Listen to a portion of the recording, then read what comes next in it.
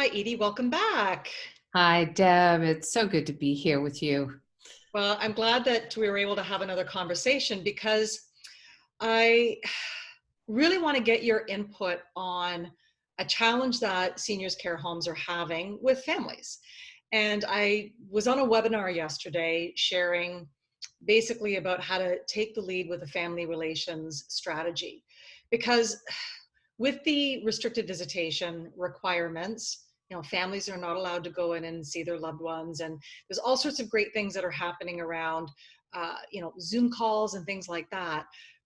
But some of the homes, or a lot of the homes, are experiencing some challenges with some of the families.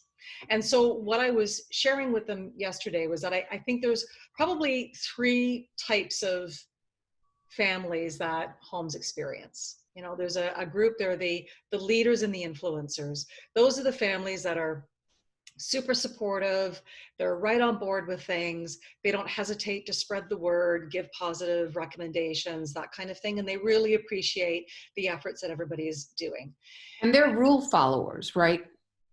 Yeah, that's good point. I hadn't thought of it that way. They're good with following the rules, and they probably are perhaps well informed, and maybe they're feeling comfortable with the emotional state of what's occurring. Mm-hmm. So they have support and they give support and they're able to be comfortable following the rules. Yeah, okay, that's a good Yeah. point. Yeah. And you've got, I would think, probably the majority of the group that would be the compliant ones, is how I think of them. Mm. And for some families, they may be at a far distance, and so they're not as engaged with the home. But you've got a group of people that they understand how things are going, and so it's almost like I kind of think of it as a bit neutral. They go with the flow. They appreciate when information is shared, but they don't get all bent out of shape if it isn't. So they're calm. They're calm. They're okay, and they're different than the leaders, but they are comfortable with what's going on with their loved one. Yeah, I'd say it would be like a generally speaking. When I talk to some families, it's like, yeah, like, no news is good news. Yeah. Don't have any concerns. So that's that group. And then the third group, which is what really creates the challenge, they would be viewed as the defiant ones. The Okay. ones that sometimes are referred to as the passionate families, challenging, constantly pushing back, questioning things. They can be perceived as blowing things out of proportion, reacting disproportionately to the situation. In some homes, they've got, this is mostly in retirement, because retirement is independent living. So you can have residents that may decide that they want to go out for a walk in the property and get some fresh air, but their family member is kind of getting onto the property and meeting up with them on the walkway.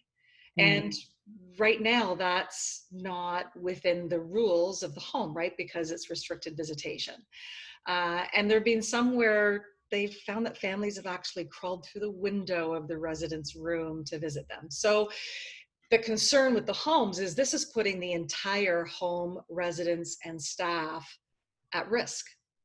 As you bring this picture up, I'm trying to picture, the story of someone's need and urgency to see their loved ones so badly that a grown adult will climb through a window, imagine that, to be able to see their loved one.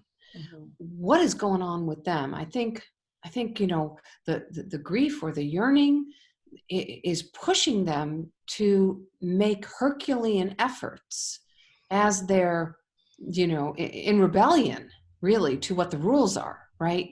And in defiance of what the rules are.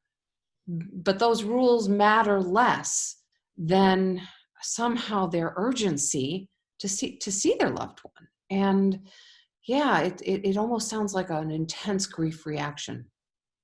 Well, and that's why I want to talk a bit about, because it would be great to be able to provide some insights that could help people that are working in seniors care that are dealing with this, because I would imagine it's frustrating, it wears them down. It only intensifies that feeling of conflict and combativeness, where they're all sharing the same desired goal of keeping the residents safe and healthy, and the staff, because if the staff gets sick, then you don't have as many all hands on deck to be able to provide the care. And I think that there can be two gaps that happen, one of them being an information gap and the other being an emotion gap. So if, and we could talk a bit about this, like if the families don't feel that they have enough information, they start making up stories, as we do as human beings. That's And right. We do that because we need it to calm ourselves, right? These stories either calm us or they help us to propel into that next movement, whatever that next movement is. Maybe it's crawling through a window because we don't have enough information. So that's communication. And that's something that perhaps, you know, the people on the front line or the people who are, you know, in a position of being able to put some mandates in, like, you know, let's communicate with these families. Let's have a weekly time that we offer to everyone to ask us questions. We can give them an idea of what's going on so that they don't feel like they're in the dark. Because the worst thing for a family to feel is that they're in the dark because they haven't been able to communicate or see their loved one. The other piece is, if you know that your loved one is sick or not doing well, you're also concerned and you want to be there. You just want to be there. And that urgency, that need of desperation, and the story that is written because you're hearing it on the news cycles, that, you know, people are here one minute and then unfortunately they're gone the next. Mm-hmm. So there is that urgency around what we're hearing on the news cycle.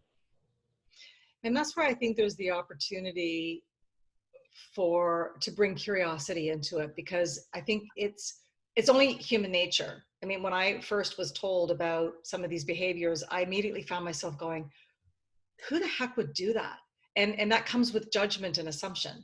Yeah. But to your point around what would drive somebody to take that kind of action and ask that question with pure curiosity, to really be able to understand where that person's at, and then to see how that need for, whether it be information or acknowledgement of their emotions, and find out what, you know. So I'd be curious what yes, yes, yeah. So it's such a good point, this idea of curiosity. And I wonder if we can actually take it a little bit further, which is not only to be curious, but to try to imagine what that defiant family is going through. You know, so picture yourself in their position. And if you can picture it, then picture what are the emotions that if you were to think about them and you were them, what emotions might be coming up for you. And those emotions around grief might be, they're angry, they're feeling illogical, they're feeling scared, they're paranoid, they're feeling like they don't know what's going on, and they're confused about their role, they're confused about not having control. And these are all parts of this conversation. And if you can imagine it, then how do you cultivate a sense of understanding for them and what they're going through? Because if they can feel that they're heard, that they're understood, that you're coming at them on their level, mm-hmm. you know, that can actually calm someone down. If you go in with this judgment rather than the curiosity that you're speaking of, then they're going to, you feed their resistance. You feed that defiance. You don't want to feed it. You want to mitigate through it. You want to calm them. If they can be seen, it is actually very calming. And let them know that you're going to give them a platform to be heard. Mm-hmm. What's going on? What are your concerns? And listening to what their concerns are, rather than reacting to their resistance. Imagine the force, the internal force that is within them to go through a window. Yeah. Yeah, and for, you know, the less dramatic, but still the resisting, whether it be, you know, phoning in and having really aggressive or assertive conversations. And then I think about the staff working in the home who are putting their lives at risk every day, going in, probably working long hours. and all of that stress that they're experiencing, and knowing that when they go home to their family, they have to go through a whole ritual to make sure that they're staying safe, that they're probably feeling somewhat worn down, depleted, burned out. So the ability, I'm trying to imagine myself as a staff member and I get a phone call and somebody starts yelling or just being really assertive on the phone and frustrated. My ability to either respond or react is going to be really dependent on my energy and bandwidth, right? That's right. And so true. And one of the things that I suggest to these frontline workers is almost like have a list of ready responses. I can't talk right now, and actually have it on your phone, or, have it on a pad of paper that's in a pocket, so that when you are at the end of your day and you don't have the bandwidth, at least you've got some responses that are your go-to responses that you can rely on. I can't talk right now. This is not a good time. Let's find a time to talk, especially if you know that you're reactive, you're tired, you're not going to be able to listen in the way that they need to be listened to. The other thing is, I'm happy to hear what you're saying, but if you're yelling at me, I'm not able to hear you. And to set very specific boundaries around that. Someone's bad behavior doesn't mean that they get your attention. And to set those boundaries early on can help the frontline workers in so many ways. And the other thing is to ask, these people who are cruel on the phone, I hear your anger. I hear your agitation. Name what you think they might be feeling. By naming it, it can actually calm someone down. Because you're acknowledging them in that moment. That's right. And then they feel seen, and then they feel heard. And if you then ask them, I'd like you to write down or email me, tell me what you need. Tell me what's going on for you, because I hear the agitation, I hear the anger, I hear your sense of loss. And to name it, I hear your sense of grief. And this is a very confusing time for all of us. And you're not alone. You're not alone. And the challenge, I think, that we're all getting adjusted to is you've got families who may have been going in and visiting every day. Yeah. And I remember when I would be in visiting either my husband or my mom, you have these ad hoc casual conversations. It's part of being relational and making that connection. Yeah. Or if something had occurred, I could usually find someone and have a face-to-face conversation. Now they're relying on the phone, and they likely are not getting through to a live person on the first call. It's probably voicemail, or the voicemail may be full, and emails. I mean, I can see how that is just fanning the flames. Absolutely. Because we're not getting that ability to walk in and see somebody, and now it has to be managed at a distance. That's right. And wanting to have that immediate, the immediate response, is also reinforcing what we're going through. And, we're not living right now in an age where we're going to get an immediate response. And there is an information gap. So if these frontline workers or anybody who arranges the schedule can say, we're going to open up the lines. We're going to have, a Zoom call for anyone who wants to join us on this day at this time. And we want you to, we'll field questions, we'll talk, we'll address what's going on. If you're really concerned about something on that call, let us know.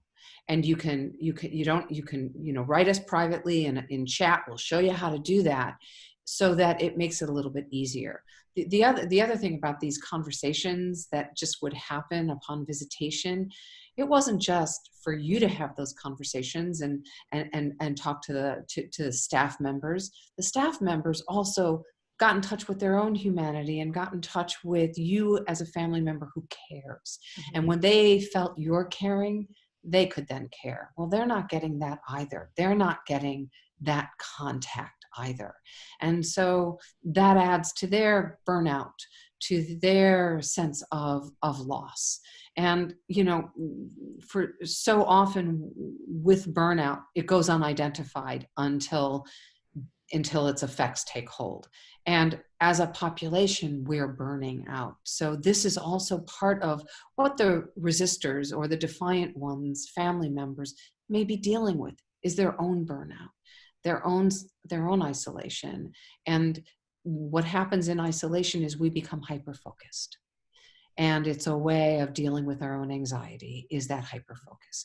So if we can soothe them by listening, by understanding that their communication lines have been cut considerably, give them something that they can look forward to, give them that date once a week or twice a week where you can have a common conversation. And then if they need something special, just do it, even if it's a note, even if it's a little email. We're thinking about you, and your family member, loved one is doing okay. Yeah. Yeah, that's very good words of advice. And I like thinking of the word soothing. Yeah. Because it's not a word that we would typically use, certainly in a business structure. No, But no. these are personal relationships. And I think as well, we don't know how long it's going to be before families are allowed to go back in. It'll probably be the last as they do any kind of gradual reopening, just because of the high risk. And I think there's an opportunity to start thinking about, how do we want to be positioning ourselves with the relationship with the families for that day that we are able to open the doors again? And what possibility is there to actually be building some strength in the relationships during this time of crisis? Because I think we're seeing that with teams that are working together, Yes. right? That they are really forging strong relationships. And I get, because they're in the same building and they're relying on each other. But what opportunities could exist in building those relationships? And the first ones, the leaders and the influencers, are probably already happening. That's right. And And it's happening among themselves. But how yeah, much do you think that the leaders are talking to the resistors? yeah, I mean, I think with where you would have families who would see each other and cross paths and get to know each other, I think it probably really varies. That may be another area of isolation, that families are not able to stay connected with each other. Maybe they would see each other every day, but they don't have their phone number or their email address, right? So there wouldn't be any way to connect. And I think before we wrap up this conversation, just want to touch on I think what would be the largest group, the individuals that we refer to as the compliant ones, Yeah. and your thoughts on where we can tend to almost ignore, if it's like the squeaky wheel gets the oil, but if the Squeaky compliance, wheels. That's right. yeah. Yeah. So Yeah. what are your thoughts on You that? know, it's such a great question, because it's so often like our school system. The kids who are high achievers get help, and the kids who have issues, they get the help, but the kids who are in the middle, sometimes they get lost. And we certainly don't want this compliant group to get lost. And what can happen, not will, but can happen, is if the compliant folks start to get agitated or not heard, they can become part of the defiant group. I mean, what makes up that defiant group? And for us to really think about what that is. So to be thankful to the family members who are compliant, to say, hey, we just want to thank you. We know that this is hard, and you can certainly plan messages to them. It's really, really easy to have an email that goes out to everyone and say, okay, this email is going to go out once a week or twice a week, and it's a planned email. We just want you to know we're thinking of you and your family member, and name their family member, so that it's personal, and we are looking out for their best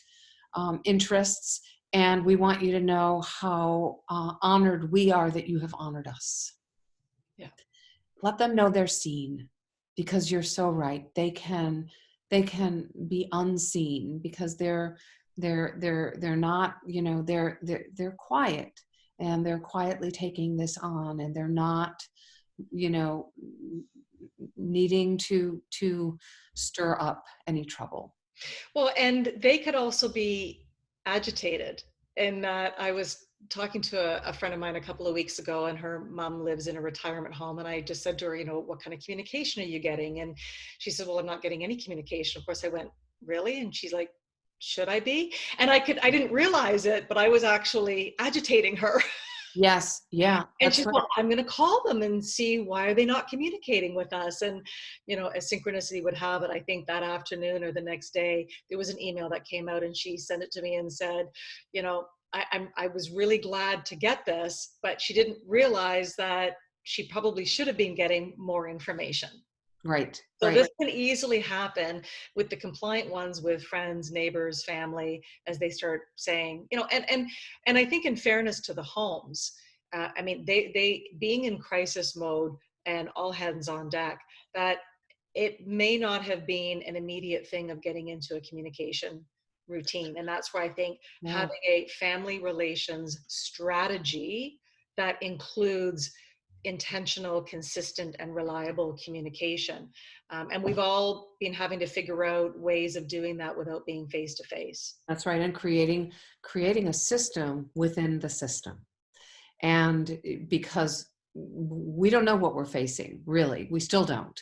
And so, these systems are going to forever, be changed, and they're in a process of flux.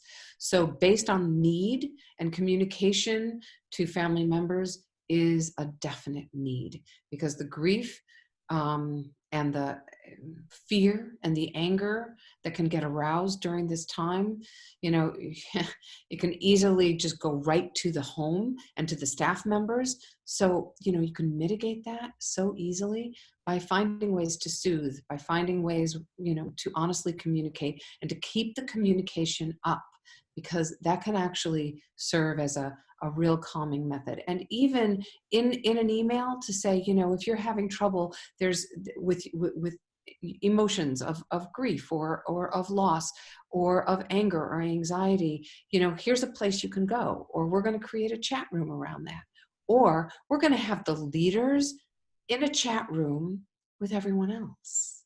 Right. And get the families communicating with one another. That may take some of the the needed energy from staff members, and put it on the families a little bit. It would also give the families a role.